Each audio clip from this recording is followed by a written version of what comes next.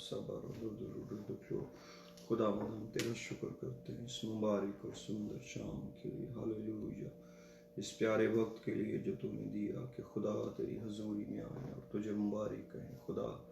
Hallelujah hallelujah. खुदावंद तू आज बड़ा काम कर। हालेलुया। आइए हम सब मेरे अजीजों चंद मिनट के लिए दुआ करें। Hallelujah, Father, in the name of Jesus, in the name of Jesus. Oh खुदावंद तेरा फजल, तेरा रहम, तेरा तरस हमारे ऊपर रहे खुदा। आज हम इस मौका पर तेरा जोर मांगते हैं। हालेलुया। तू तरतीब दे मुझे। हालेलुया। ताकि मैं तेरे लोगों से तेरे कलाम की बातें बांट सकूं। मुझे तेरी ज़रूरत है। हालेलुया। राबाबा को रसोदो Yala kalala durudukunda da durudukunda da duruduklo. Thank you, Jesus. Thank you, Jesus. Hallelujah. Rababa kushada kalala durusanda lala. Hira baba durudukunda da duruduklunda da duruduklo. Shalalala durudukunda da duruduklo. Hallelujah. Hallelujah. खुदावंद तेरा शुक्र हो। Praise the Lord. Praise the Lord. Hallelujah.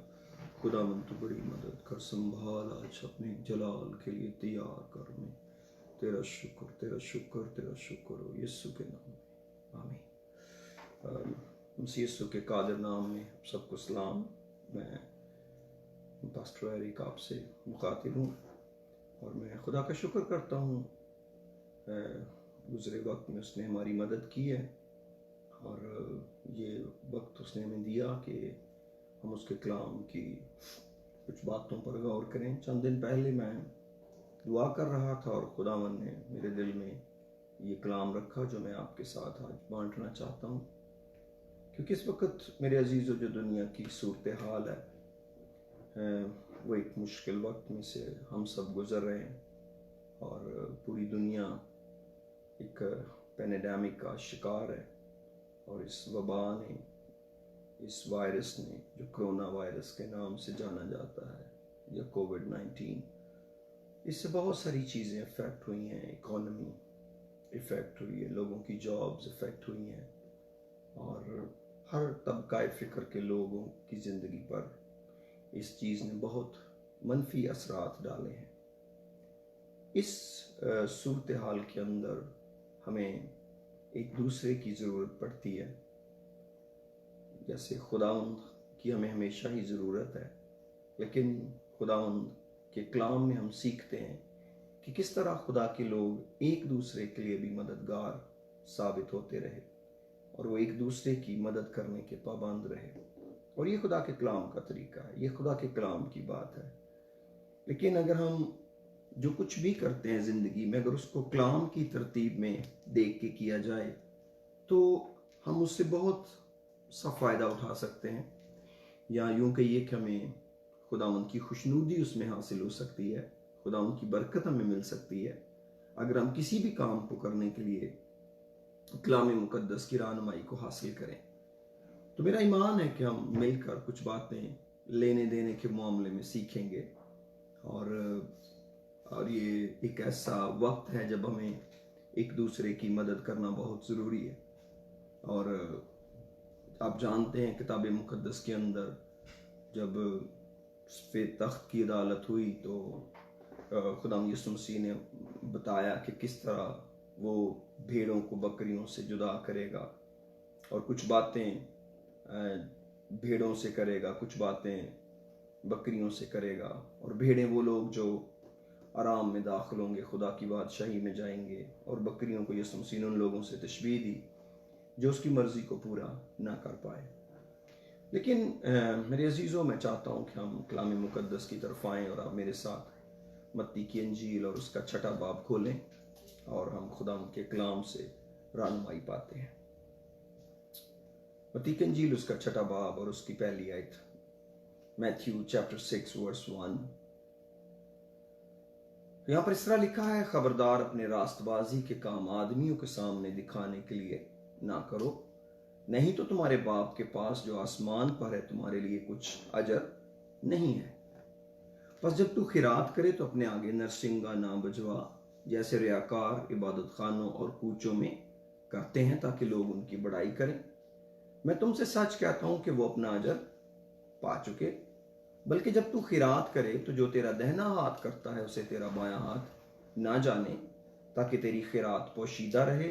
इस सूरत में तेरा बाप जो पोशीदगी में देखता है तुझे बदला देगा।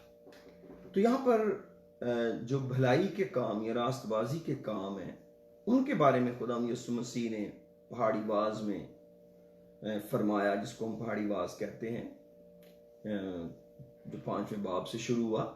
तो उसमें यीशु मसीह ने उनको खबरदार किया कि जब तुमने रास्तबाजी के काम करने हैं तो फिर वो आदमियों को दिखाने के लिए नहीं करने। इसका मतलब है कि जब हम एक दूसरे की मदद करते हैं या करने का सोचते हैं तो कई दफ़ा हम उसमें दिखावे को ले आते हैं।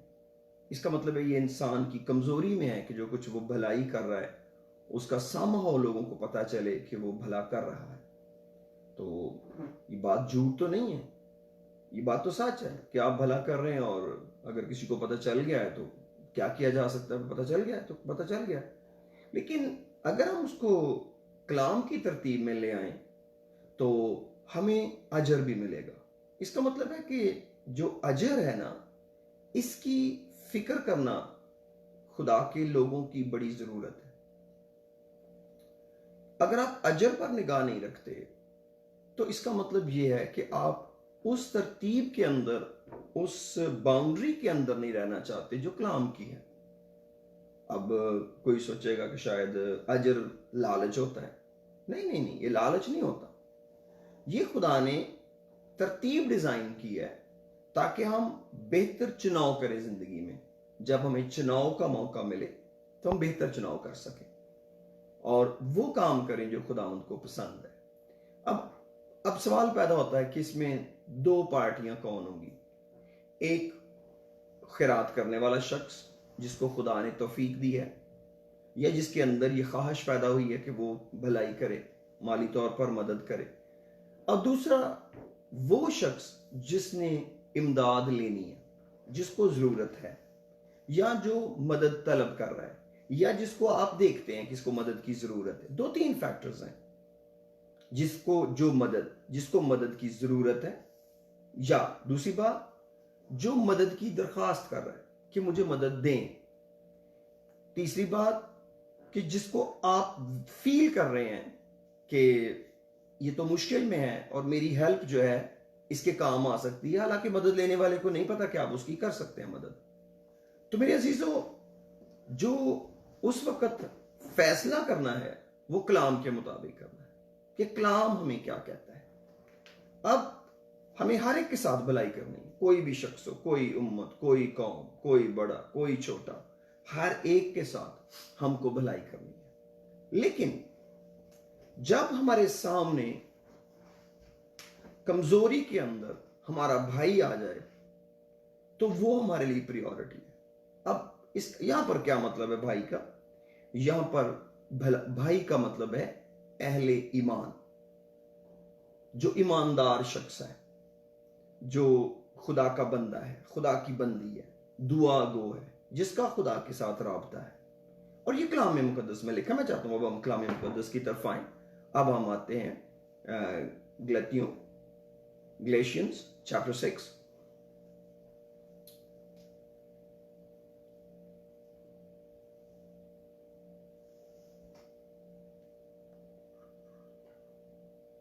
और उसकी 10th वर्स, बल्कि 9th से पढ़ूंगा। लिखा है जी, गलतियों उसका 6ठा बाब उसकी 9वीं आयत में, हम नेक काम करने में हिम्मत ना हारें, क्योंकि अगर बेदिल ना होंगे तो ऐन वक्त पर काटेंगे।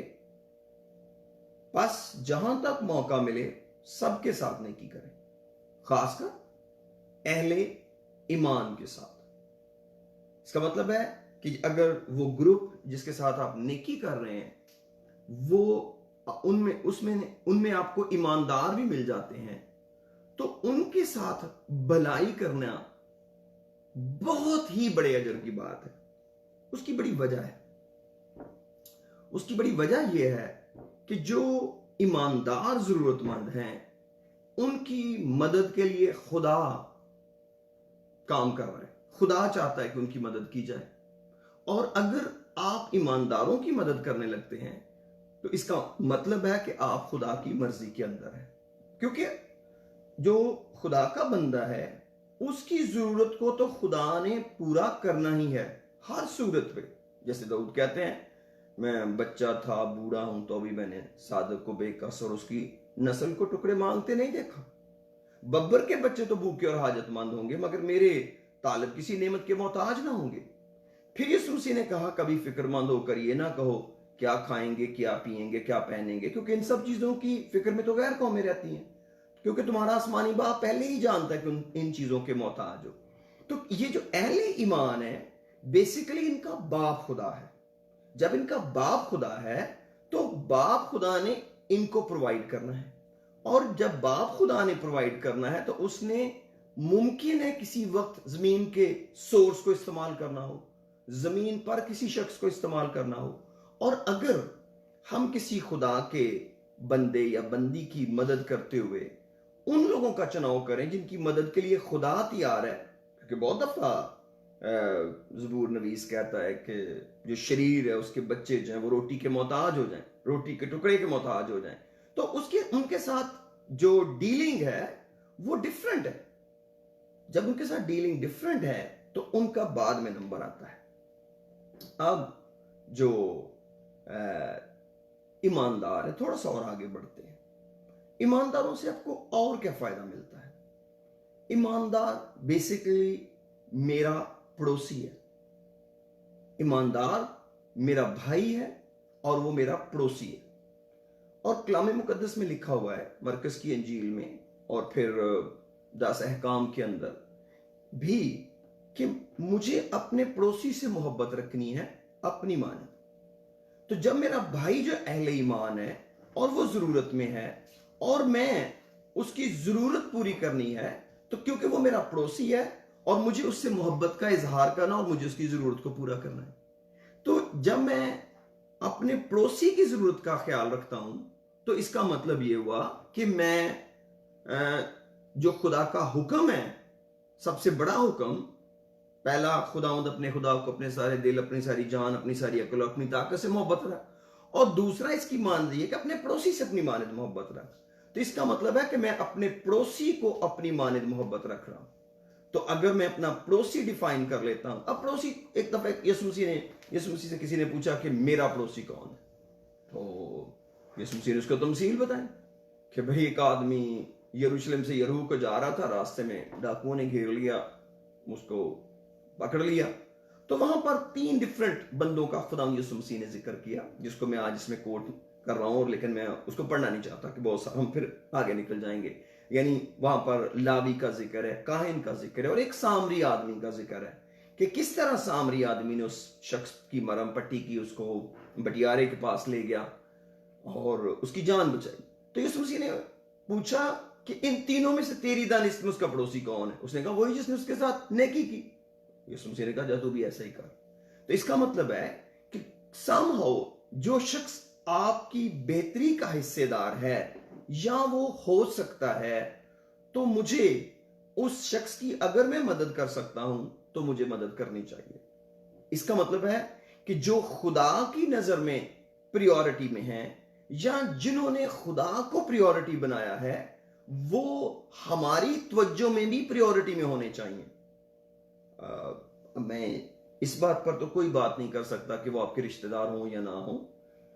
मैं सिर्फ ईमानदारों की बात कर रहा हूं कि अगर हम ईमानदारों को डील करते हैं तो हमारा रवैया क्या है, क्योंकि यीशु मसीह ने बहुत वाजे करके जो रूहानी रिश्ता है इसको ज्यादा अवलियत दी निस्बतन के किसी जिस्मानी रिश्ते के।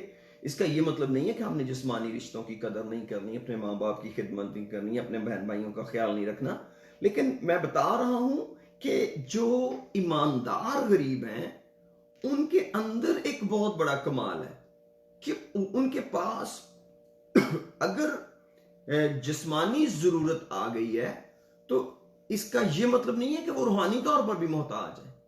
इसका ऐन मकसद यह हो सकता है कि वो रूहानी तौर पर दौलतमंद है, क्योंकि किसी की भी जिस्मानी हालत उसकी रूहानी हालत को डिफाइन नहीं करती। इवन के लूका की इंजील के 16वें बाब के अंदर लाजर की जिस्मानी हालत जो एक दौलतमंद के दरवाजे पे पड़ा था, जिसके नासूर कुत्ते चाटते थे और वो टुकड़े खाता था उस दौलतमंद की मेज से गिरे हुए, उसकी जो जिस्मानी हालत थी वो उसकी रूहानी हालत की तशरीह नहीं कर रही थी। हम इंसान होते हुए बहुत दफा ये गलती करते हैं कि हम कई दफा किसी की जिस्मानी हालत को ही उसकी रूहानी हालत भी समझते हैं। हो सकता है कभी ऐसा हो भी, मैं इसमें कोई लाइन नहीं खींच सकता, लेकिन ये कोई बिब्लिकल प्रिंसिपल नहीं है, क्योंकि बहुत बड़े बड़े ईमानदार लोग कमजोरी में थे, बहुत बड़ी बड़ी ईमानदार खुदा की बंदियां बेवा हुई, उनके बच्चे यतीम हुए। इवन के अलीशा के पास एक औरत आई, उसके 2 बेटे थे, तो उसने कहा कि मेरा शौहर तेरा खादम खुदा का बंदा था। तो इसका ये मतलब नहीं है, क्योंकि जब ये लोग ईमानदार मुश्किल में होते हैं तो जो उनके साथ वाले, उनका टेस्ट शुरू हो जाता है कि वो उनको डील कैसे करते हैं। तो इसका मतलब है हमें दूसरे के अहवाल पर, पौलुस रोमी को खत लिखते कहते हैं कि अपने ही नहीं दूसरे के भी अहवाल पर नजर रखो, निगाह रखो। तो इसका मतलब है कि हमें ये काम करते हुए ये जहन में रखना चाहिए कि जिसके साथ हम नेकी कर रहे हैं उसकी स्पिरिचुअल एबिलिटी क्या है या उसका स्पिरिचुअल मेयार क्या है। अगर हमें उसके अंदर कोई भी चीज रूहानी मिल जाए तो वो हमारे लिए बहुत बाबरकत हो सकते हैं। अब मैं आपको इंटरेस्टिंगली एक स्टोरी बाइबल में से बताना चाहता हूं। जरा मेरे साथ लूका की इंजील का 16वां बाब खोलें, लूक चैप्टर 16।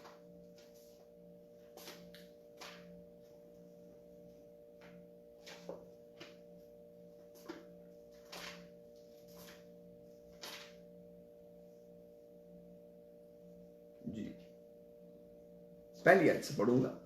लिखा, फिर उसने शागिर्दों से भी कहा कि किसी दौलतमंद का एक मुख्तार था, उसके लोगों ने उससे शिकायत की कि यह तेरा माल उड़ाता है। बस उसने उसको बुलाकर कहा कि ये क्या है जो मैं तेरे हक में सुनता हूं, अपनी मुख्तारी का हिसाब दे, क्योंकि आगे को तू मुख्तार नहीं रह सकता। उस मुख्तार ने अपने जी में कहा कि मैं क्या करूं, क्योंकि मेरा मालिक मुझसे मुख्तारी छीने लेता है। मट्टी तो मुझसे खोदी नहीं जाती और भीख मांगने से शर्म आती है। मैं समझ गया कि क्या करूं, ताकि जब मुख्तारी से माकूफ हो जाऊं तो लोग मुझे अपने घरों में जगह दें। बस उसने अपने मालिक के एक कर्जदार को बुलाकर पहले से पूछा कि तुझ पर मेरे मालिक का क्या आता है। उसने कहा 100 मन तेल। उसने उससे कहा अपनी दस्तावेज ले और जल्द बैठकर 50 लिख ले। फिर दूसरे से कहा तुझ पर क्या आता है। उसने कहा 100 मन गेहूं। उसने उससे कहा अपनी दस्तावेज लेकर 80 लिख ले। और मालिक ने बेईमान मुख्तार की तारीफ की, इसलिए कि उसने होशियारी की थी, क्योंकि इस जहान के फर्जंद अपने हम जिनसों के साथ मुआमलात में नूर के फर्जंदों से ज्यादा होशियार है।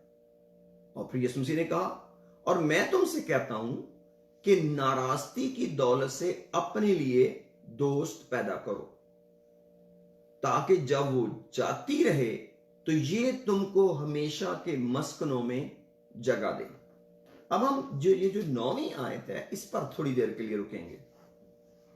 यीशु ने कहा, मैं तुमसे कहता हूं नाराजगी की दौलत से अपने लिए दोस्त पैदा करो। जो कुछ तुम्हारे पास है उसका नाम यीशु मसीह ने नाराजगी की दौलत रख दिया, क्योंकि यीशु मसीह ने हकीकी दौलत आसमान की दौलत को कहा है और आसमान की बरकतों को कहा है, क्योंकि वो भी एक दौलत है।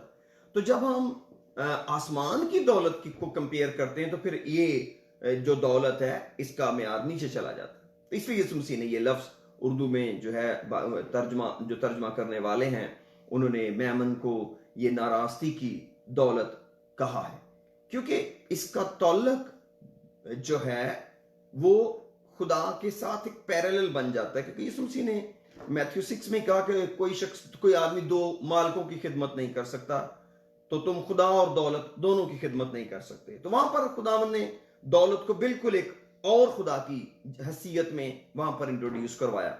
इसका ये भी वजह हो सकता है। लेकिन यीशु मसीह ने एक बड़ी खूबसूरत बात की कि इससे तुम दोस्त पैदा कर लो। कौन से? ऐसे दोस्त कि जब ये दौलत जाए, खत्म हो जाए, तो वो तुमको हमेशा के मस्कनों में जगह दें। कौन? जिनको तुमने दोस्त बनाया है। अब सवाल पैदा होता है कि जिनको आपने दोस्त बनाया, क्या उनके पास खुद हमेशा की मस्कन है? हमेशा की मस्कन का मतलब है वो आसमान की बादशाही के फरजांद है। इसका मतलब है कि उन्होंने जिंदगी में आसमान की बादशाही को चुना हुआ है, किंगडम ऑफ हेवन के अंदर है वो।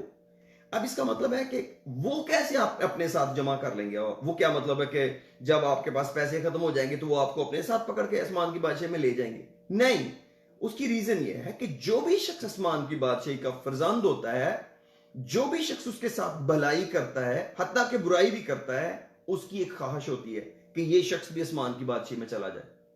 इसका सिंपल मतलब यह है कि अगर आप अहले ईमान के साथ भलाई करेंगे तो वो आपकी रूह के लिए दुआ करेंगे, वो आपकी सोल को खुदावंद के आगे उठाएंगे कि खुदावंद इसको बज़ाहिर तो देने के लिए मेरे पास कुछ नहीं है, लेकिन मैं तेरी मिन्नत करता हूं कि इस आदमी ने जिसने मेरे साथ भलाई की है, तूने इसको साहिब नसीब बनाया है, अब इसको आसमान की बादशाही में ले जा।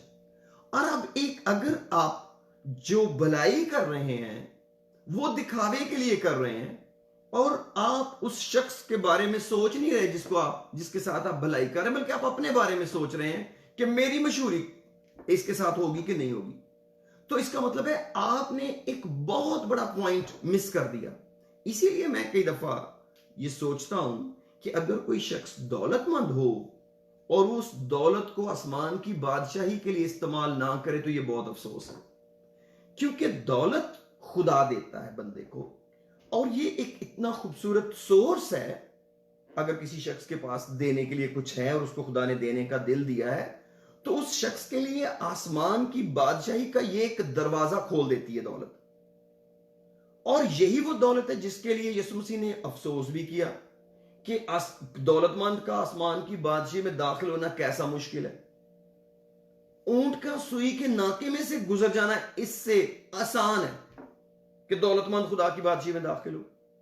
तो जब दौलतमंद के लिए इतना ही मुश्किल है कि वो आसमान की बादशाही में जाए, तो इसकी रीजन क्या है? इसकी रीजन ये है कि ऐसा दौलतमंद अपनी दौलत को भलाई के लिए इस्तेमाल करने को तैयार नहीं है, नेकी के लिए इस्तेमाल करने को तैयार नहीं है। और अगर वो नेकी पर खर्च करने को तैयार हो जाए तो ना सिर्फ कि उसकी दौलत कायम रहेगी, बढ़ती रहेगी, बल्कि वो खर्च की हुई दौलत उसको आसमान की बादशाही में ले जाने में मददगार होगी। क्यों? उसकी वजह यह है कि जिन पर वो खर्च कर रहा है वो उसकी रूह के लिए दुआ कर रहे हैं। मैं खुदा का एक छोटा सा खादिम होते हुए मैं मानता ही नहीं कि अगर कोई बंदी खुदा की हो या वो बंदा खुदा का हो और कोई शख्स उसकी मदद करे और वो उसको दुआ में याद ना करे, वो उसके बिजनेस के लिए दुआ ना करे, वो उसके घर के लिए दुआ ना करे, ऐसा हो ही नहीं सकता। क्योंकि अगर वो ऐसा करता है तो वो लालची शख्स है और ये काम सख्त नापसंदीदा है, क्योंकि ये नाशुक्री के जिम्रे में आ जाता है। और कोई खुदा का बंदा नाशुक्र नहीं हो सकता, क्योंकि जब वो खुदा का शुक्र करेगा तो वो उस शख्स का भी शुक्र करेगा। हो सकता है वो उसके पास तो ना जा सके, लेकिन वो उसके लिए दुआ करेगा, और दुआ करना जरूरी है उसके लिए। और कोई दुआ खुदा के लोगों की ऐसी नहीं है जो बेतासीर हो, जिसका कोई अजर ना मिले। इसलिए बहुत दफा लोग ये भी कहते हैं कि हमें दुआ लेनी चाहिए। तो आप किन से दुआ लेंगे? जो दुआ करने वाले उनसे आप दुआ लेंगे ना। अगर एक आदमी दुआ करने वाला ही नहीं है, आप उस पर कितने भी पैसे खर्च करेंगे, वो आपके लिए दुआ कैसे करेगा? हाँ, उसके साथ की हुई भलाई का आपको खुदा अजर दे देगा। क्या आपने एक भूखे को खाना खिलाया, आपने एक प्यासे को पानी पिलाया, आपने किसी भूखी जान को खिलाया, नेकी तो आप जानवर के साथ भी करेंगे तो खुदा आपको उसका अजर देगा। लेकिन वो अजर खुदा ने डिसाइड करना है। लेकिन जब आप खुदा के लोगों के साथ भलाई करते हैं तो वो जो हमेशा के मस्कनों में रहते हैं, जैसे आपने उनको जो कुछ आपके पास है शरीक किया, वो आपको उसमें शरीक करेंगे जो उनके पास है। उनके पास क्या है? खुदा की बादशाही। और जो खुदा की बादशाही है वो कोशिश करेंगे कि आप भी उसमें चले जाएं।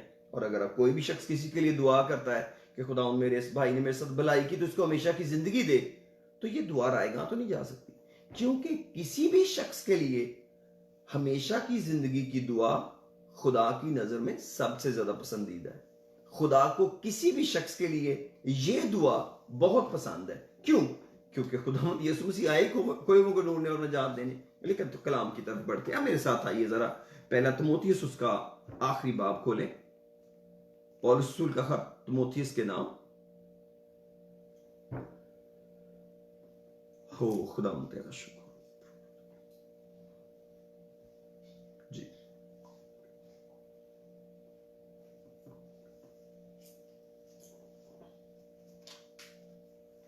फर्स्ट टिमोथी चैप्टर 6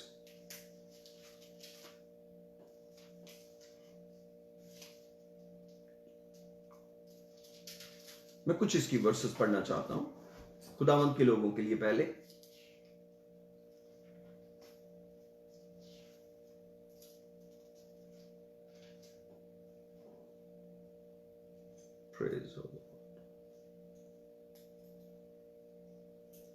चले मैं छठी आयत पढ़ लेता हूं। Chapter 6 verse 6। हाँ, दीनदारी कनात के साथ बड़े नफा का जरिया है, क्योंकि ना हम दुनिया में कुछ लाए और ना कुछ उसमें से ले जा सकते हैं। बस अगर हमारे पास खाने पहनने को है तो उसी पर कनात करें। लेकिन जो दौलतमंद होना चाहते हैं वो ऐसी आजमाइश और फंदे और बहुत सी बेहुदा और नुकसान पहुंचाने वाली ख्वाहिशों में फंसते हैं जो आदमियों को तबाही और हलाकत के दरिया में गर्क कर देती हैं। क्योंकि जर की दोस्ती हर किस्म की बुराई की एक जड़ है, जिसकी आरजू में बाज ने गुमराह होकर अपने दिलों को तरह तरह के गमों से छलनी कर लिया है। मगर मर्दे खुदा तो इन बातों से भाग, रास्तबाजी, दीनदारी, ईमान, मोहब्बत, सब्र और हिल्म का तालिब हो। ईमान की अच्छी कुश्ती लड़, उस हमेशा की जिंदगी पर कब्जा कर ले जिसके लिए तू बुलाया गया था और बहुत से गवाहों के सामने अच्छा इकरार किया था।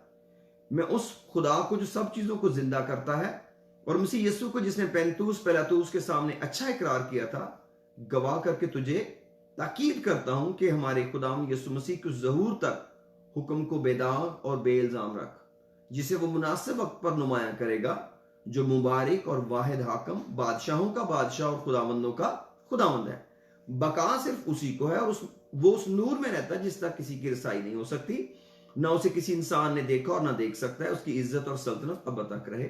और 17वीं आयत में लिखा है, इस मौजूदा जहान के दौलतमंदों को हुक्म दे कि मगरूर ना हो और ना पायदार दौलत पर नहीं बल्कि खुदा पर उम्मीद रखें, जो हमें लुत्फ उठाने के लिए सब चीजें अफराद से देता है। और नेकी करें और अच्छे कामों में दौलतमंद बने और सखावत पर तैयार और इमदाद पर मुस्तैद हों। अब इसका मतलब है कि उनकी जो दौलत है, खुदा ने जो उसमें इजाफा किया है, उसमें खुदा ने नेकी और अच्छे कामों के लिए गुंजाइश छोड़ी है। अब जब गुंजाइश छोड़ी है तो हमने वो भलाई करनी है। लेकिन इसकी जो इब्तिदा है बेसिकली वो हमें खुदा से ही करनी है। जो कुछ खुदा का है वो हमें पहले खुदा को देना है, क्योंकि खुदा अव्वल आता है। अगर हम खुदा का हिस्सा जो है उसको काट कर नेकी करें तो ये वो लोग करते हैं जो उनको दिखावे का शौक होता है। और मुझे दिखावे में असल में कोई परेशानी नहीं है, मुझे दिखावे से भी फायदा ही होता है, क्योंकि जिसकी मदद हो रही है उसको तो होगी। लेकिन जो मदद कर रहा है बेसिकली उसका नुकसान हो गया, उसको कुछ भी नहीं मिला, उसे दिखावा ही मिला। लेकिन लिखा है कि वो अच्छे कामों में दौलतमंद बने, सखावत पर तैयार, इमदाद पर मुस्तैद, और आइंदा के लिए अपने वास्ते एक अच्छी बुनियाद कायम कर रखें ताकि हकीकी जिंदगी पर कब्जा करें। हकीकी जिंदगी का मतलब है इटर्नल लाइफ।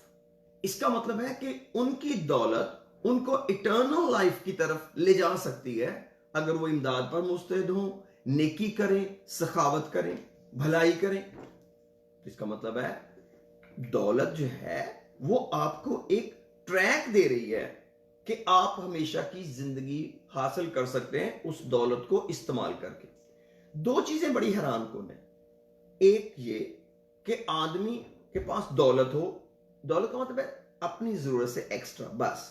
तो दौलत कोई बुरी चीज नहीं है, मैं जाती तौर पर दौलतमंदों को हमेशा से बहुत प्यार करता हूं और पसंद करता हूं क्योंकि उनकी वजह से बहुत सारे गरीबों को रोजगार मिलता है। वो फैक्ट्रीज लगाते हैं, वो बिजनेस स्टार्ट करते हैं, उसमें एम्प्लॉइज को रखते हैं, तो कई लोगों के घर उनसे चलते हैं। तो in a way it is good thing. लेकिन अब यहां पर जब हम देखते हैं कि अब एक दौलतमंद शख्स है और वो अपनी दौलत को हमेशा की जिंदगी के लिए इस्तेमाल में नहीं ला रहा, इट्स वियर्ड कि ये कैसे हो गया कि एक आदमी के पास एक्स्ट्रा था और वो हमेशा की जिंदगी नहीं उससे कमा सका। हालांकि बाइबल तो जगह जगह पर ऐसी तालीम दे रही है कि अगर कोई आदमी के पास एक्स्ट्रा है तो वो इजीली अपने सफर को आसान कर सकता है उस दौलत के जरिए से। और अगली बात, और अगर कोई गरीब है और उसके पास आसमान की बादशाही भी नहीं है, ये बड़ी अफसोस की बात है। क्यों? क्योंकि हर गरीब को सबसे पहले आसमान की बादशाही की तलाश करनी चाहिए, क्योंकि खुदा ने उनको आसमान की बादशाही के लिए अपॉइंट किया हुआ है। वो आसमान की बादशाही के लिए सबसे ज्यादा रीजनेबल कैंडिडेट है। अगर कोई आदमी गरीब है, मैं चाहता हूं जरा मेरे साथ याकूब रसूल का खत उसका दूसरा बाब निकालें, चंद एक हवाले मैं गरीबों के ताल्लुक से बताना चाहता हूं कि कई दफा गरीब अपनी पोजीशन को बड़ा खराब कर लेते हैं कि उन पर कोई तरस भी नहीं खाता, उनके काम भी कोई नहीं आ सकता, क्योंकि उन्होंने अपनी जगह ही नहीं बनाई। वो गरीब के गरीब ही हैं, वो यही बताते जा रहे हैं हम गरीब हैं। याकूब रसूल का खत उसका दूसरा बाब जी,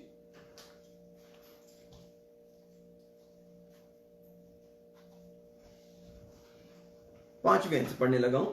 लिखा है जी, ऐ मेरे प्यारे भाइयों सुनो, क्या खुदा ने इस जहान के गरीबों को ईमान में दौलतमंद, अब इनके पास पैसे तो नहीं है लेकिन ये किस में ईमान दौलतमंद है? फेथ में। अब देखिए बहुत दफा गरीब आदमी अपने ईमान से चल रहा होता है। मसलन उसका बच्चा बीमार हो गया, वो कहेगा दुआ करो खुदा ठीक करेगा, क्योंकि उसके पास सोर्स नहीं है कि वो जल्दी से हॉस्पिटल लेके चला जाए। अब उसका ईमान खुदा पर बढ़ना शुरू हो गया क्योंकि उसके पास फिजिकल सोर्सेस नहीं है, उसके पास दूसरा कोई ऑप्शन है ही नहीं है, उसके पास ऑप्शन ही है कि खुदा, और उसका ट्रस्ट खुदा पर बढ़ना शुरू हो गया और खुदा ने बाकी उसके बच्चे को शिफा भी दे दी। और खुदा ऐसा करता है। और बहुत दफा लोग जो गरीब होते हैं वो ईमान में दौलतमंद हो जाते हैं, लेकिन सब नहीं। लिखा है जहान के गरीबों को ईमान में दौलतमंद और उस बादशाही के वारिस होने के लिए बरगजीदा नहीं किया। खुदा ने जो चूज कर लिया है, दे आर चोजन वन। बरगजीदा का मतलब है किसी शख्स को किसी काम के लिए चुनना। इसका मतलब है खुदा ने दुनिया के गरीबों को चुना कि तुम ऐसा करो, ईमान में दौलतमंद बन जाओ और खुदा की बादशाही ले लो, जिसका उसने अपने मोहब्बत करने वालों से वादा किया। इसका मतलब है कि गरीब होना कोई इल्जाम नहीं है या कोई ये नफरती काम नहीं है कि आप किसी गरीब से नफरत करें। बाइबल मुकद्दस में लिखा है, जो प्रोवर्ब है, इमसाल की किताब प्रोवर्ब्स चैप्टर 22 के अंदर, वहां पर लिखा हुआ है कि जो अमीर और गरीब है दोनों का पैदा करने वाला खुदा है। इन दोनों को खुदा ने पैदा किया है। अब जब दोनों को खुदा ने पैदा किया तो आप किसी गरीब की तहकीर तो नहीं कर सकते, आप उसकी बेइज्जती तो नहीं कर सकते। अगर आप जेम्स चैप्टर 2 को ऊपर से पढ़ेंगे तो वहां यही लिखा है कि अगर एक आदमी मैले कपड़े पहन के आता है और तुम उसको पीछे बिठा देते हो तो तुमने एक गरीब आदमी की बेइज्जती की है, और ये अच्छी बात नहीं है, तुम नहीं कर सकते हो। और यहां लिखा है कि खुदा ने उनको बरगजीदा किया है जिसका उसने मोहब्बत करने वालों से वादा किया है। और छठी आयत में यह लिखा है, लेकिन तुमने गरीब आदमी की बेइज्जती की, क्या दौलतमंद तुम पर जुल्म नहीं करते और वही तुम्हें अदालतों में घसीट कर नहीं ले जाते? क्या वो उस बुजुर्ग नाम पर कुफर नहीं बकते जिससे तुम नामजद हो? तो भी अगर तुम इस नविश्ता के मुताबिक अपने पड़ोसी से अपनी मानद मोहब्बत रखकर उस बादशाही शरीत को पूरा करते हो तो अच्छा करते हो। यानी इसका मतलब है कि अगर हम दौलतमंद की इज्जत करते हैं और उसको इज्जत की जगह पर बिठाते हैं, तो अगर हमारे ज़हन में यह है कि ये मेरा पड़ोसी है, इसने एक वक्त मेरे साथ भलाई की थी, इस दौलतमंद शख्स ने, अब मुझे इसको इज्जत देनी चाहिए, तो कलाम कहता है ये अच्छी बात है। ये नहीं है कि एक दौलतमंद ने आपके साथ भलाई की और आपको उसको इज्जत देनी भी ना आती हो। खुदा ये मना नहीं कर रहा, इसका मतलब है कि दौलतमंद उसी वक्त इज्जत के लायक बन जाता है जब वो भलाई करना शुरू कर देता है। उसकी भलाई उसको काबिल इज्जत बना देती है, और ये बात खुदा उनकी तरफ से है। फिर यीशु मसीह ने लूका की इंजील के 6 बाब में भी कहा, मुबारक है वो जो गरीब है, क्योंकि खुदा की बादशाही ऐसों की है। मत्ती 5 बाब में यीशु मसीह ने कहा, मुबारक है वो जो दिल के गरीब है।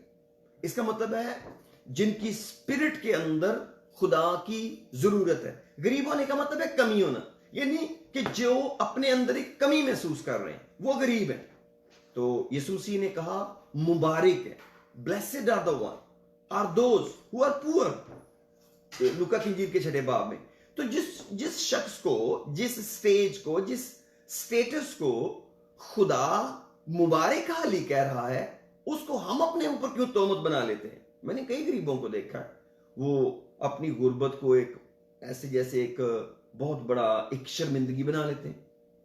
हाँ, मेहनत करके उसमें से निकल आना कोई बुरी बात नहीं है, लेकिन उसके साथ उसको इस तरह ट्रीट करना कि खुदा से अलग हो जाना, खुदा से दूर चले जाना, ये दनाई नहीं है। मैं ये कहता हूं कि अगर एक ईमानदार शख्स गरीब है तो खुदा उसके लिए बहुत सारे सोर्सेस को इस्तेमाल करता है, क्योंकि खुदा ने उसके भाई को उसको अपनी मानद मोहब्बत करने का पाबंद बना रखा है। तो बहुत दफा गरीब हमेशा की जिंदगी पर नहीं कब्जा करते, ना ही वो ईमान में दौलतमंद होते हैं, इसलिए वो शिकायत करने वाले और बुड़बुड़ाने वाले और लालची बन जाते हैं। क्यों, कैसे लालची बन जाते हैं? वो अपने उस भाई के माल का लालच करना शुरू कर लेते हैं जो उसके भाई इतने मेहनत से कमाया है। इसके पास ये कुछ है तो मुझे क्यों नहीं दे रहा? भाई, मैं हमेशा ये कहता हूं कि अगर किसी के पास ज्यादा है तो उसने ज्यादा काम किया होगा, उसके पेरेंट्स ने उसमें मेहनत की होगी, उसकी प्लानिंग बेहतर होगी, उसने अपने आप को डिसिप्लिन में रखा होगा, उसने कुर्बानी दी होगी। तो बहुत सारे फैक्टर्स हैं, और फिर खुदा की बरकत उन पे हो सकती है, क्योंकि इज्जत, दौलत और उम्र की दराजी ये खुदा की तरफ से नेमतें हैं, बरकतें हैं। और खुदा की दफा किसी इंसान को बरकत देता है तो हमें इसमें जेलस होने की जरूरत क्या है? कभी भी नहीं। बात यह है कि हमें इसके अंदर एक तवाज़ुन लाना है, जिस पे आज मैं आपको बात बता रहा हूं। एक तवाज़ुन है, दौलत का और गुर्बत का एक तवाज़ुन है। और जो दौलतमंद है उसको भलाई करते वक्त दिखावा नहीं करना, बल्कि उसको एक रियल कैंडिडेट चाहिए कि जिसके साथ मैं भलाई कर रहा हूं वो शख्स है कौन, क्या इस शख्स का खुदा के साथ राब्ता है। अगर उस शख्स का खुदा के साथ राब्ता है तो फिर मुझे अजर मिलेगा। और जो अजर है वो जैसे मैंने शुरू में कहा कि जो अजर पर निगाह रखनी है, ये बहुत बड़ी बात है और ये खुदा चाहता है। इसी तरह ही लोग भलाइयां करते थे क्योंकि उनकी निगाह अजर पाने पर थी। अगर आप इब्रानियों उसका 11वां बाब पढ़े तो वहां पर मुख्तलिफ करैक्टर्स हमें मिलते हैं जो अजर पाने के लिए काम कर रहे थे, जिनकी निगाह अजर पाने पर थी। और अगर किसी शख्स की अजर पाने पर निगाह नहीं है तो वो रॉन्ग डिसीजन लेगा, और जब रॉन्ग डिसीजन लेगा तो उसका बहुत बड़ा नुकसान भी हो सकता है, बहुत बड़ी परेशानी भी हो सकती है। कैसे नुकसान हो सकता है? दौलतमंद आदमी को बहुत बड़ा नुकसान हो गया क्योंकि एक गरीब शख्स उसके दरवाजे पर लाजर डाला गया और उसने उसकी जरूरतों का ख्याल नहीं रखा। अगर वो उसकी जरूरतों का ख्याल रखता तो उनका एक स्पिरिचुअल राबता जमीन पर बनता और वो दुखी शख्स उस दौलतमंद के लिए दुआ करता, उसके लिए इंटरसीड करता, क्योंकि कहीं पर भी हमें नजर नहीं आता कि उसने उस गरीब आदमी से दुआ ली हो। कहीं भी नहीं नजर आता कि उसने दुआ ली हो, उसने ली नहीं है। क्यों? क्योंकि उसने उसकी हालत पर तरस ही नहीं खाया, क्योंकि उसने उसको पहचाना नहीं कि ये कौन है। ये जो आदमी है जिसको जख्म है, जिसकी हालत इतनी कमजोर है, उसने, दौलतमंद ने उसकी उस हालत को पहचाना नहीं है कि ये रूहानी तौर पर बहुत गहरा आदमी है, ये रूहानी तौर पर इसका खुदा के साथ बड़ा गहरा ताल्लुक है और ये कलाम पर अमल करने वाला है, ये शरीयत को प्यार करने वाला शख्स है। गो ये जिस्मानी दुख के अंदर है और उसका रिजल्ट बड़ा भयानक निकला और इब्राहिम को बताना पड़ा कि बेटा तू जिंदगी में अच्छे दिन देख चुका, इसी तरह ये बुरे दिन। अब थोड़ा सा मैं आगे बढ़ता हूं। यीशु मसीह ने कहा कि तुम अपना माल आसमान पर जमा करो, क्योंकि जहां तेरा माल है वहीं तेरा दिल भी लगा रहेगा। क्या ऐसा पॉसिबल है कि हम आसमान पर कोई माल जमा करें ताकि फिर हमारा दिल वहां लगा रहे? ये चीज जो है ना, ये बड़ी अहम है, क्योंकि दौलत के अंदर एक बड़ी खराबी है कि ये हमारा दिल भी खींच लेती है। हम जब दौलत के सर्कल में आते हैं ना, तो फिर इस दौलत के बारे में सोचते रहते हैं, क्योंकि ये दौलत के साथ जुड़ती चली जाती है, क्योंकि ये खुद ही एक खुदा है अपनी जात में। तो इसके अंदर एक अपनी कशिश, आदमी उसके अंदर गिरफ्तार हो जाता है। लेकिन यीशु मसीह ने कहा कि तुम अपना माल आसमान पर जमा करो, क्योंकि जहां तेरा माल है वहीं तेरा दिल भी लगा रहेगा। इसका मतलब है कि अगर हमारा माल जमीन पर है तो हमारा दिल उसमें लगा रहेगा। एग्जैक्टली यही बात है कि अगर आप बहुत ज्यादा जमीन पर फैले हुए हैं और बहुत बड़े हुए हैं तो आप उन्हीं चीजों की बातें करते रहेंगे। मुझे याद है कि बहुत साल पहले मेरे एक अजीज थे, जानने वाले थे, तो वो चर्च में बैठकर भी हिसाब किताब लिखते रहते थे। अब ये कोई बुरी बात नहीं है कि वो गुनाह कोई कर रहे थे, गुनाह नहीं कर रहे थे, यानी कि उनका बिजनेस इस तरह का था कि उनको जब कोई चीज लेन देन की याद आती थी वो उसी वक्त लिख लेते। उस वक्त कंप्यूटर तो थे नहीं, लिटरली डायरीज और पेन्स थे, तो वो हिसाब किताब लिख लेते थे कि मैंने फलां को इतने पैसे दिए ताकि मैं भूल ना जाऊं, या किसी से लिए तो उसके लिख लिए ताकि मैं भूल ना जाऊं। तो इसका मतलब है कि जो दुनियावी कारोबार है वो हमें दुनिया का ही बना लेता है। ये लाजमी बात है, क्योंकि पौलुस ने करंथियों को यह कहा कि दुनियावी कारोबार करने वाले दुनिया की ना हो जाएं। इसका मतलब है जो दुनियावी कारोबार है हमें दुनिया का ही बना लेता है। तो जब दुनिया का कारोबार करते हुए हमारे पास अपॉर्चुनिटी आई कि हम आसमान पर माल जमा कर सकते हो, तो हम क्यों ना करें। मैं चाहता हूं जरा मेरे साथ किताब मुकद्दस खोलें। मुझे एक मिनट दीजिए, मैं जरा ये हवाला देखूं, मैंने नोट किया हुआ है जी। हो प्रेज द लॉर्ड। मत्ती 6 बाब की 19वीं आयत में आते हैं।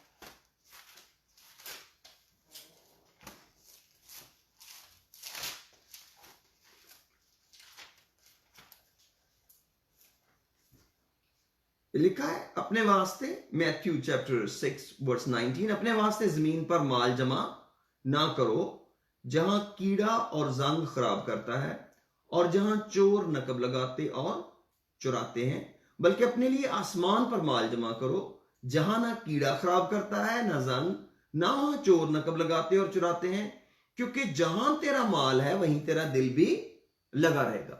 अब सवाल पैदा होता है कि हम आसमान पर माल कैसे जमा करें कि वहां पर हमें हमारा दिल लग जाए। अब अगर हम यीशु मसीह की तालीमात पर गौर करें और लूका 12 बाब में देखें तो वहां हमें थोड़ी सी मदद मिलेगी। लूका 12 बाब, वहां पर एक आदमी यीशु मसीह के पास आया और कुछ बातें उससे यीशु मसीह ने की। लूका की इंजील उसका 12वां बाब, लूक चैप्टर 12 उसकी 33rd वर्स।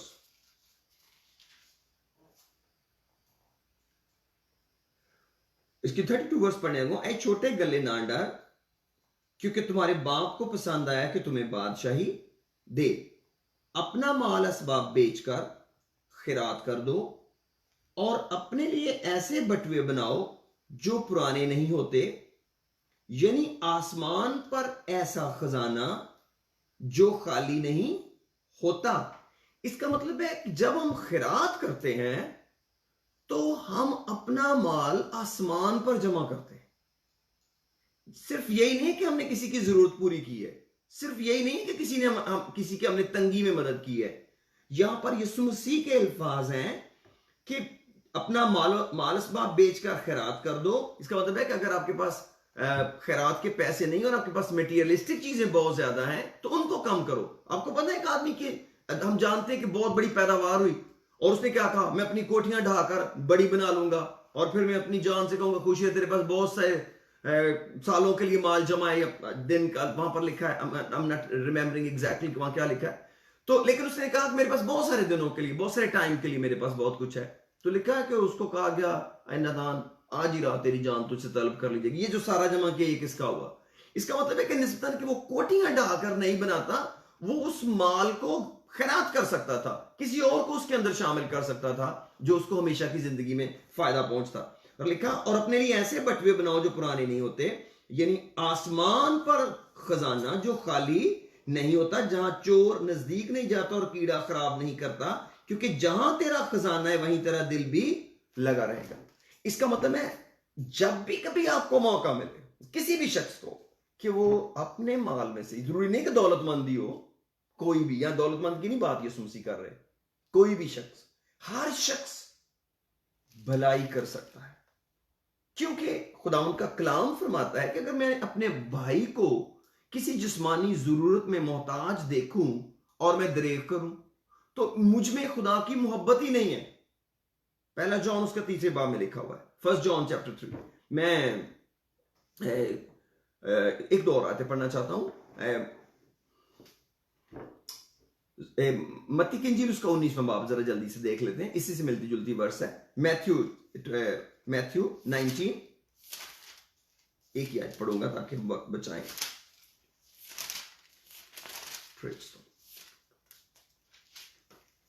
19:21।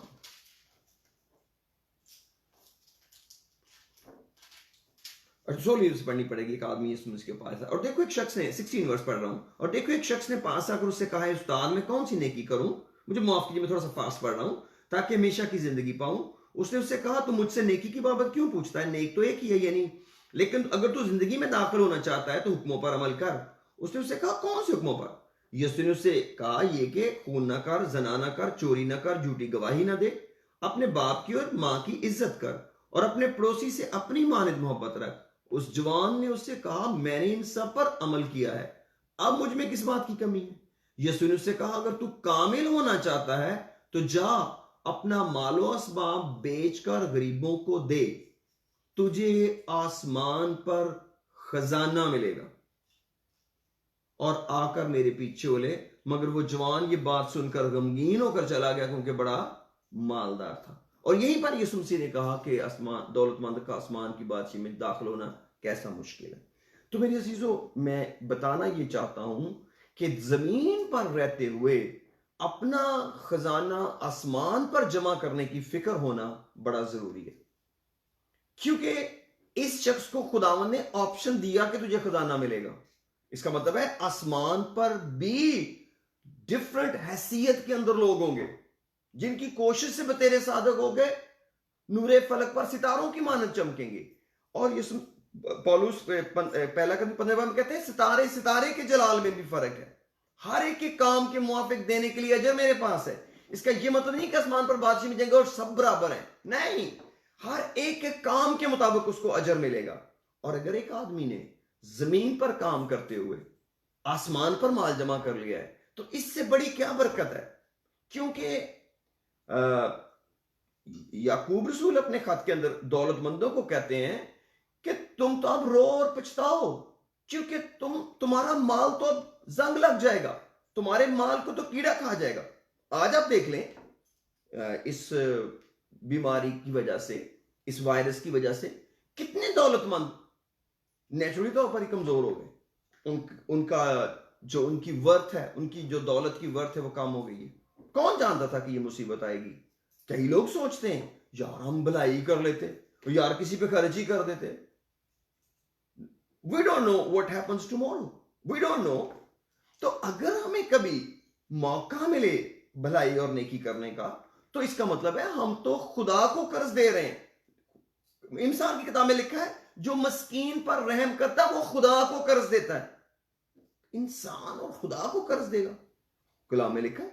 इसका मतलब है अगर हम अपने भाई को कभी किसी मुश्किल में देखकर दरेख करते हैं, उस पर रहम करने में, तो इसमें इसका मतलब है हमें खुदा की मोहब्बत नहीं है।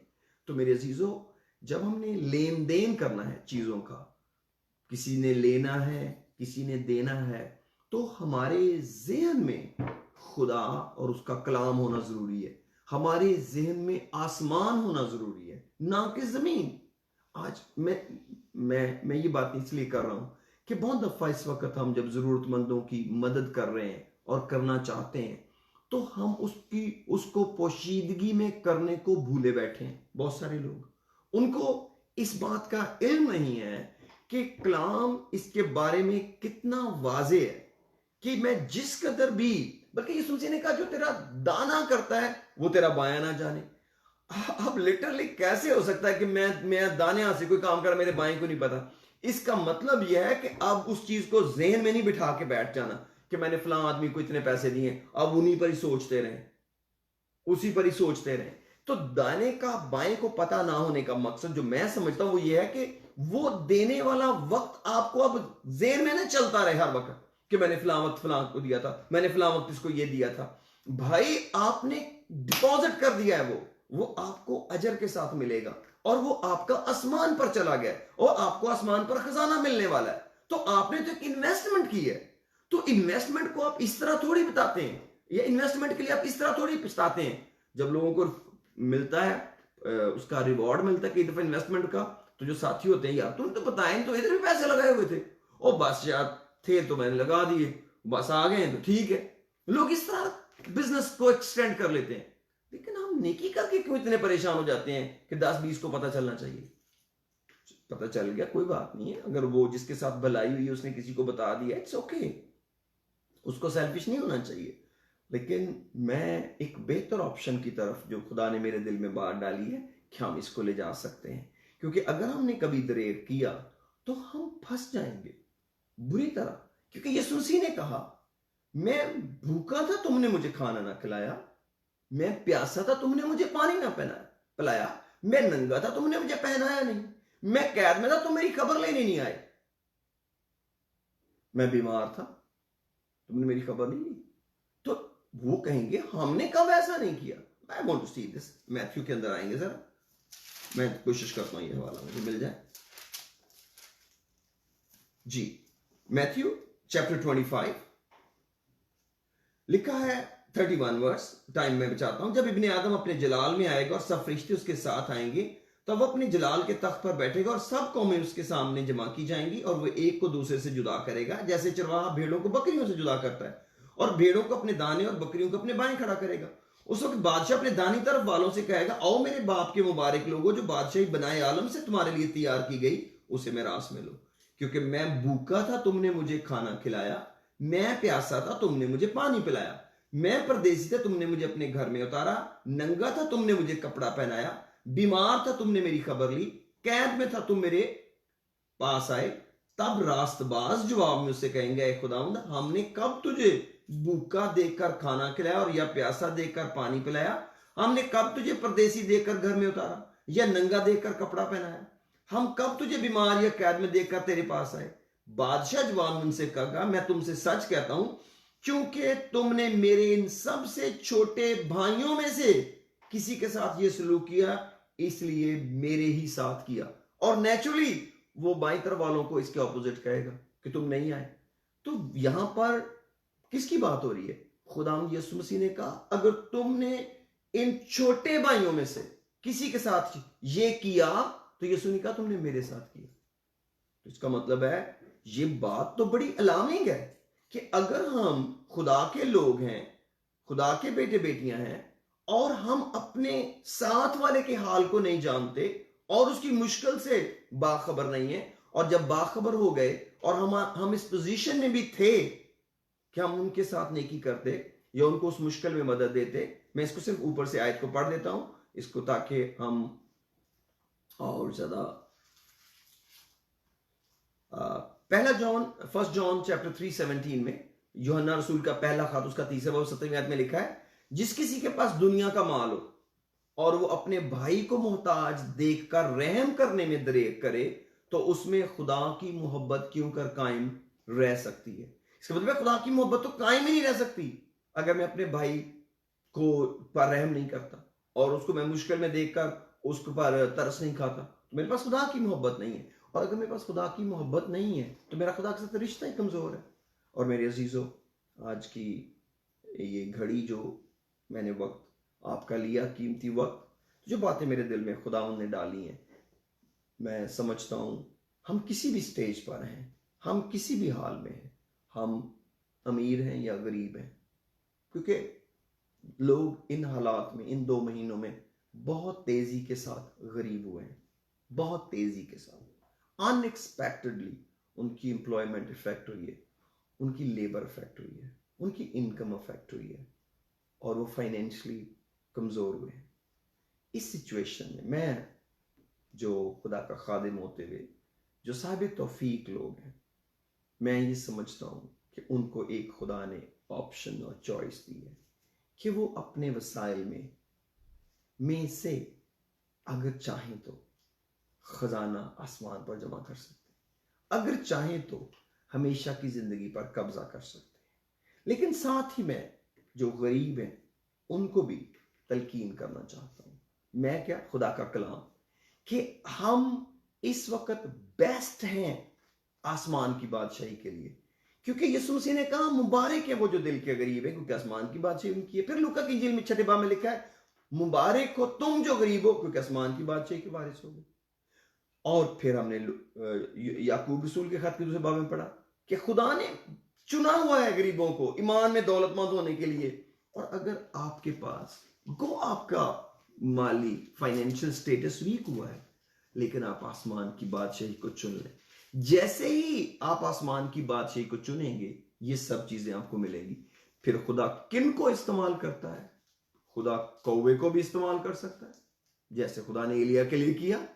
वो सारपत की बेवा को भी इस्तेमाल कर सकता है। बेवा, दौलतमंद नहीं, बादशाह नहीं वक्त का, सारपत शहर की बेवा जिसके पास एक मुट्ठी आटा था। उसने कहा मैं 2-1 लकड़ियां चुन रही हूं, अब मैं जाऊंगी, पकाएंगे, मैं और मेरा बेटा खाएंगे और फिर मर जाएंगे, क्योंकि काल था। लेकिन एलिया ने क्या कहा? पहले मेरे लिए ला। और उसने उसको वादा दिया कि जब तक काल है ना तो तेरे उस पॉट में से जो आटे का बर्तन है उसमें आटा खत्म होगा, ना तेरी कुप्पी में से तेल खत्म होगा। और उस औरत ने ईमान रखा और उसने खुदा के बंदे की खिदमत की। वो औरत, उसका बेटा और उसका कुंबा देर तक, क्योंकि वो 3.5 बरस तक काल था, खाते रहे और कभी उसका आटा नहीं खत्म हुआ, कभी उसका तेल कम नहीं हुआ। खुदा ने उसकी जिंदगी में मौजज़ा किया।